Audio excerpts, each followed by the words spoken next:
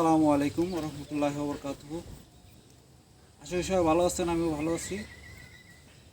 তো আজকে বস্তায় আদা চাষ এটি একটি আধুনিক একটি পদ্ধতি এবং এই পদ্ধতিতে মোটামুটি অনেকে বড় ধরনের চাষবাসও করতেছে। আবার যারা আমরা ছোট ছোট আছি, অনেকে পরিত্যক্ত বাড়িতে জায়গা আছে, কিছু খালি জায়গা বা ছায়াযুক্ত জায়গাতে মাশাআল্লাহ বস্তাতে আদা চাষ করলে ভালো ফলন পাওয়া যায় এবং অনেকে বাণিজ্যিকভাবেও করতেছে। তো আজকে আমি আপনাদেরকে দেখাবো সেটা হচ্ছে মাটিটা কীভাবে প্রস্তুত করতে হবে।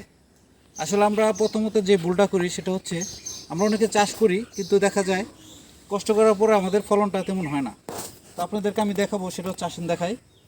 এই যে মাটিটা, এখানে সর্বপ্রথম দেওয়া আছে হচ্ছে আপনার ভিটি বালু, তারপরে ছাই, তারপর শুকনো গোবর, তারপরে মাটি মিক্স করছি এবং এর উপরে সার মিক্স করার পরে এখানে আমি রেখে দিছি, পানি দিয়ে ভিজিয়ে রেখে দিয়েছি এবং এরপরে মাটিটা প্রস্তুত হয়ে গেছে এবং সারের যে রাসায়নিক সারের যে একটা গ্যাস সেটা চলে গেছে।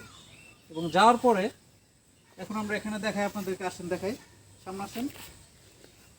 এটা হচ্ছে বস্তায় যখন বললাম আমি মাটিটাকে, এবং এখানে দেখেন আমি কতটুকু পরিমাণ মাটি দিয়েছি।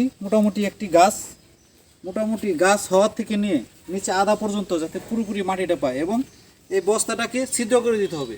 যদি এখানে যদি পানি ভেজা থাকে সেক্ষেত্রে সমস্যা হতে পারে, পচন ধরতে পারে। এবং অবশ্যই আমি যখন এখানে আদা বুনবো, এবং একটা বস্তায় মিনিমাম 2টা করে আদা বোনার চেষ্টা করবো আমরা এখানে। এবং এখানে আদা বোনার আগে এখানে আবার আমরা কিছু শুকনো গোবরের সাথে মাটির বিষ, যে কোনো ধরনের বিষ মিক্স করে দিতে হবে, নয়তোবা এখানে পচন ধরার একটা সম্ভাবনা রয়েছে।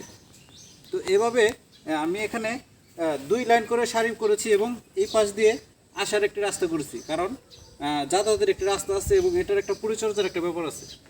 তা আরও বস্তা হবে এখানে ইনশাল্লাহ সামনে। তো ভিডিওটি যদি ভালো লাগে সবাই শেয়ার এবং ফলো করবেন এবং সাবস্ক্রাইব করে দেবেন। আসসালামু আলাইকুম।